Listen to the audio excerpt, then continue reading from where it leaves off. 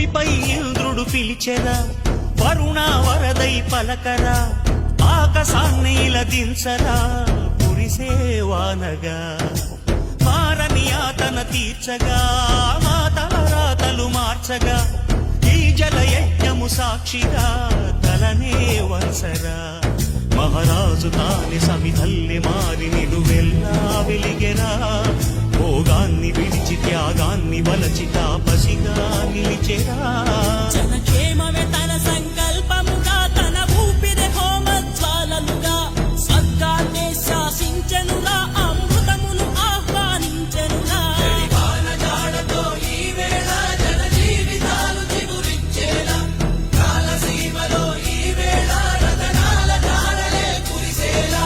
కల్లు కల్లు మని సిరిము వల్లే చినుకే చేరగా, జల్లు జల్లు మని పులకింతల్లు